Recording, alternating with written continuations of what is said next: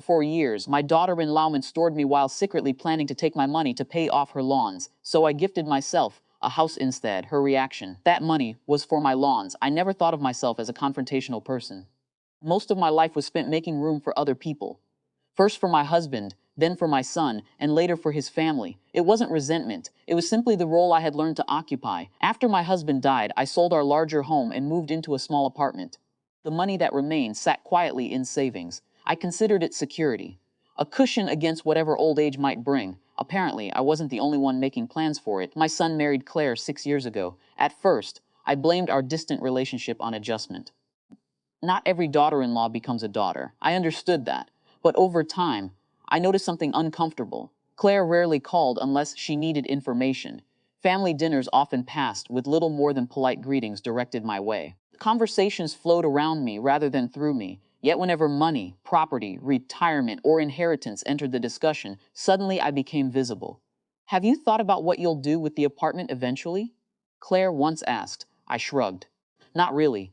She nodded thoughtfully, as if my answer had merely delayed a decision she had already made. The moment lingered with me. Then there were other comments. You've always been responsible with money. You don't really spend much. It's nice knowing family can help each other. None of those statements sounded offensive by themselves. Together, they began to feel like pieces of a puzzle. I tried to ignore the feeling. Nobody had directly asked me for money. Nobody had demanded anything. Still, I couldn't shake the sense that my savings had somehow become a shared family asset in everyone's imagination except my own. One evening, my son mentioned that Claire was struggling with debt from a failed business venture years earlier. The amount surprised me.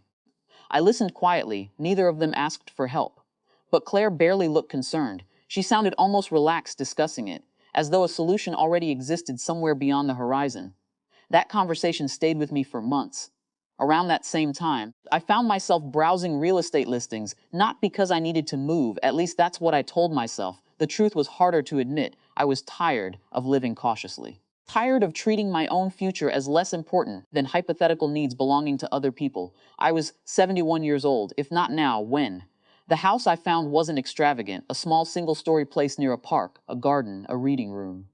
Enough space for visiting family, enough privacy for myself. The first time I walked through it, I felt something I hadn't experienced in years. Excitement, not responsibility, not obligation. Excitement. For several weeks, I wrestled with the decision. The old version of me kept asking whether the money should be preserved, saved, protected, left untouched. Then another question appeared. Protected for whom?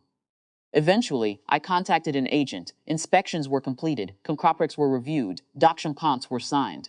The process felt strangely empowering. Nobody voted, nobody approved, nobody discouraged me. For the first time in years, I made a major life decision entirely on my own. The day ownership officially transferred, I sat in my car outside the property and cried.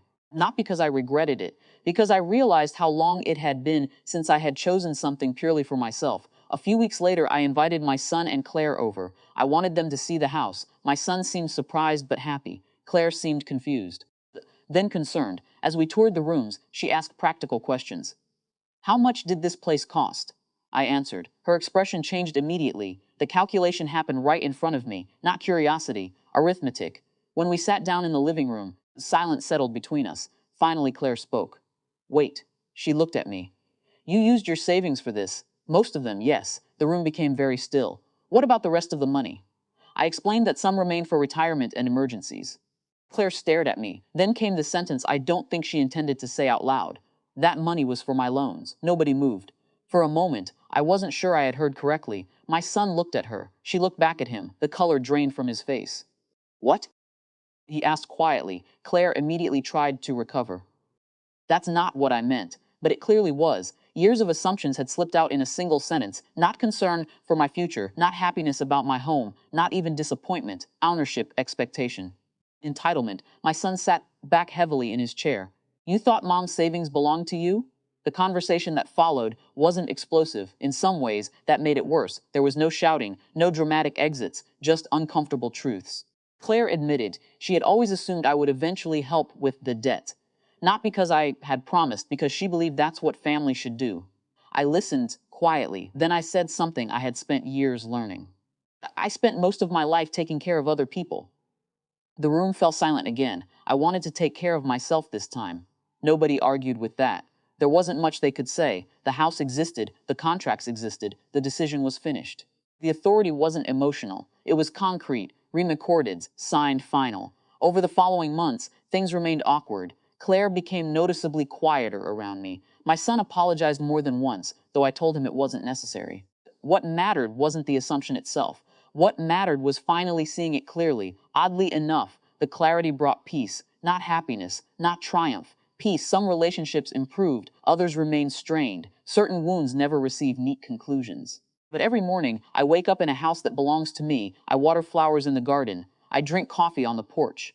I read in the room I once imagined but never believed I would have. Sometimes I think about that sentence.